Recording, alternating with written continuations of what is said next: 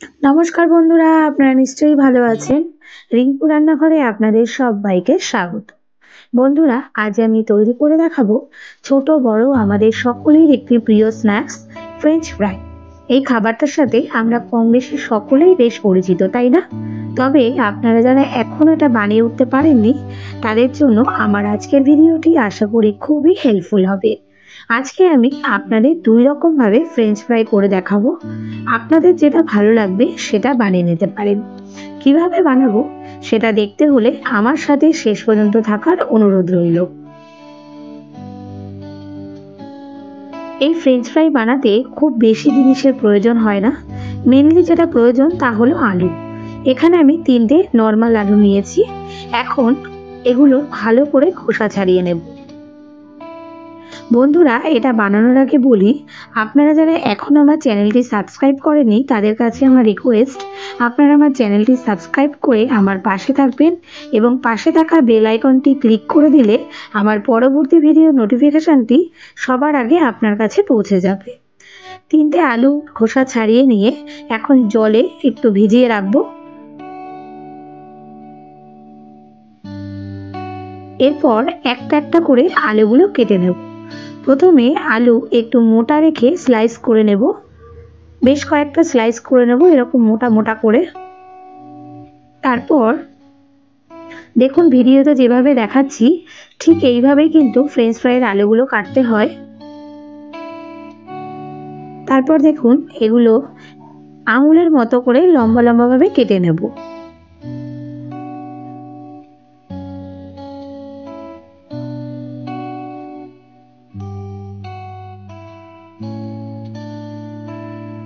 কিছু আলু আমি নর্মালি কেটেছি, আর কিছু আলু সুন্দর দেখানোর জন্য মাথার দিকটা একটু কেটে নিয়ে তারপর লাঠির মতো পিস পিস করে নিচ্ছি। দেখুন, আলুগুলো একটু মোটা মোটা রেখে পিস করে নিতে হবে। আর এইভাবে মোটা মোটা করে নিলেই তবেই ফ্রেঞ্চ ফ্রাইটা বেশি ভালো হবে।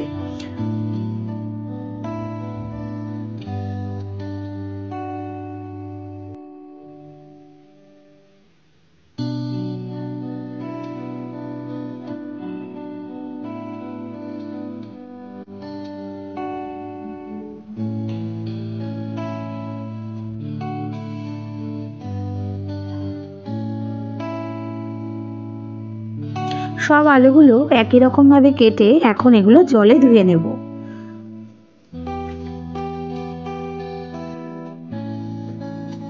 এরপর একটা কড়াইতে দিচ্ছি বেশ কিছুটা জল,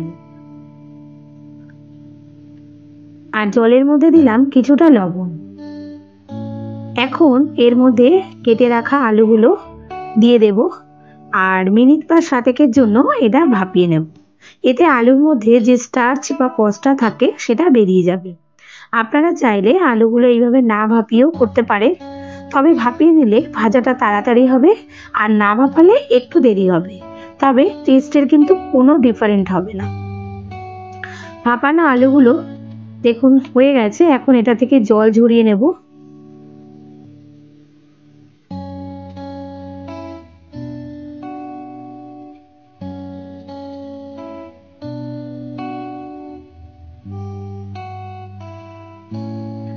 এরপর একটা শুকনো পরিষ্কার কাপড়ের উপরে আলুগুলো রেখে এক্সট্রা জলটা শুকিয়ে নেব।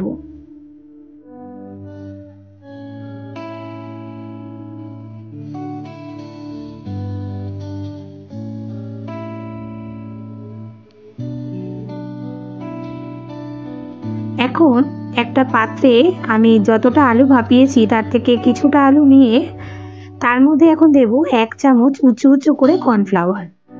কর্নফ্লাওয়ারটা দিয়ে দেখুন ঠিক এইভাবে ঝাঁকিয়ে সব আলুগুলোর সাথে মাখিয়ে নিতে হবে। মনে রাখবেন আলুগুলো যেন পুরোপুরি কর্নফ্লাওয়ারে ঢেকে যায়। এইভাবে কর্নফ্লাওয়ারে মাখিয়ে আমি মিনিট 5 রেখে দিয়েছিলাম। ততক্ষণে কড়াইতে আমি দিয়েছি বেশ কিছুটা সাদা তেল। এখন তেলটা বেশ ভালো করে গরম করে নেব। ভালো করে গরম হলে কর্নফ্লাওয়ারে মেখে রাখা আলুগুলো তেলের মধ্যে ছেড়ে দেব, আর এটা ভাজা হবে পুরোপুরি হাই ফ্লেমে। এটা দেওয়ার পর খুব বেশি নাড়াচাড়া করার কোনো প্রয়োজন নেই। মোটামুটি 10 মিনিটের মধ্যে এটা ভাজা হয়ে যায়। তাই একবারে 5 মিনিট পর একবার উল্টে পাল্টে আবার 5 মিনিট পর উল্টে পাল্টে দিলে দেখবেন আলুগুলো একদম হয়ে গেছে এবং শক্ত শক্ত হয়ে এসেছে। তখন এগুলো নামিয়ে নেব। যদি আপনারা বুঝতে না পারেন তাহলে একটা আলু চেপে ভেঙে নিয়ে দেখতে পারেন।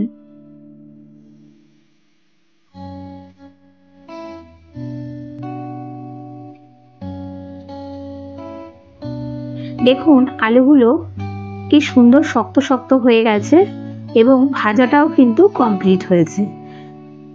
আর আলুগুলো নামানোর সাথে সাথে কিন্তু একটু নরম থাকে, একটু ঠান্ডা করে নিলে তবে এটা বেশ শক্ত হয়ে যায়।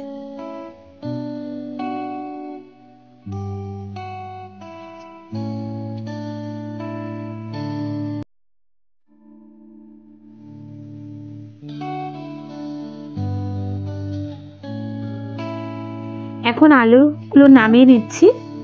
আর এই ফ্রেঞ্চ ফ্রাই খেতে কিন্তু ছোট বড় সকলেরই ভীষণ ভালো লাগে।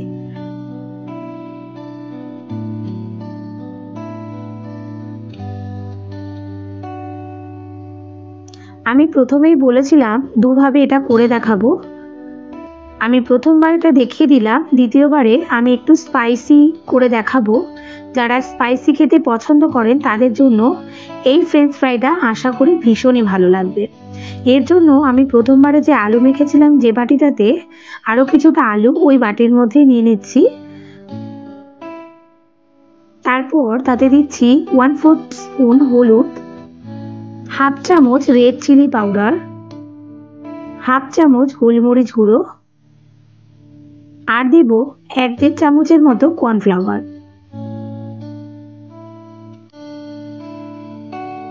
এখন সবকিছু আলুর সাথে ঠিক আগের মতো একইভাবে ঝাঁকিয়ে ঝাঁকিয়ে মাখিয়ে নেব।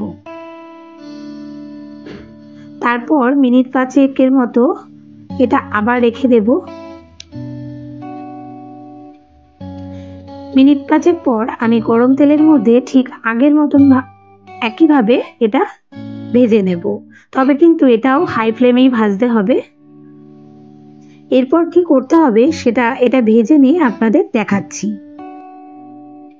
বন্ধুরা, আপনাদের আমার আজকের এই স্ন্যাক্সটি যদি ভালো লাগে তবে অবশ্যই একটা লাইক করে দেবেন, সাথে আপনার পরিচিত মানুষদের বেশি বেশি করে শেয়ার করে দিন। ফ্রেঞ্চ ফ্রাইগুলো একদম রেডি।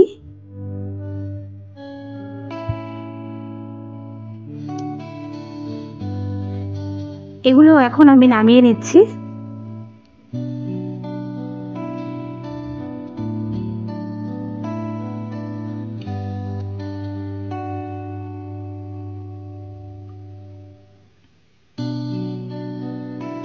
এরপর আমি এটা নামিয়ে ফ্রেঞ্চ ফ্রাইয়ের উপর কিছু জিনিস ছড়িয়ে দেব, যেটা দিলে এটার টেস্ট আরও বেড়ে যাবে। প্রথমেই আমি দিচ্ছি সামান্য একটু লবণ ও তারপর দেব সামান্য চাট মশলা। এটা দিয়ে আপনাদের পছন্দসই সস দিয়ে পরিবেশন করুন। একবার খেয়ে দেখুন এটা খেতে কতটা মজাদার হয়। ছোট বড় সবাই দেখবেন চেটে পুটে খাচ্ছে। কেমন লাগলো কমেন্টে কিন্তু অবশ্যই আমাকে জানাবেন। এখন তাহলে আসি বন্ধুরা, আপনারা সবাই ভালো থাকবেন, সুস্থ থাকবেন। দেখা হচ্ছে খুব শিগগিরই।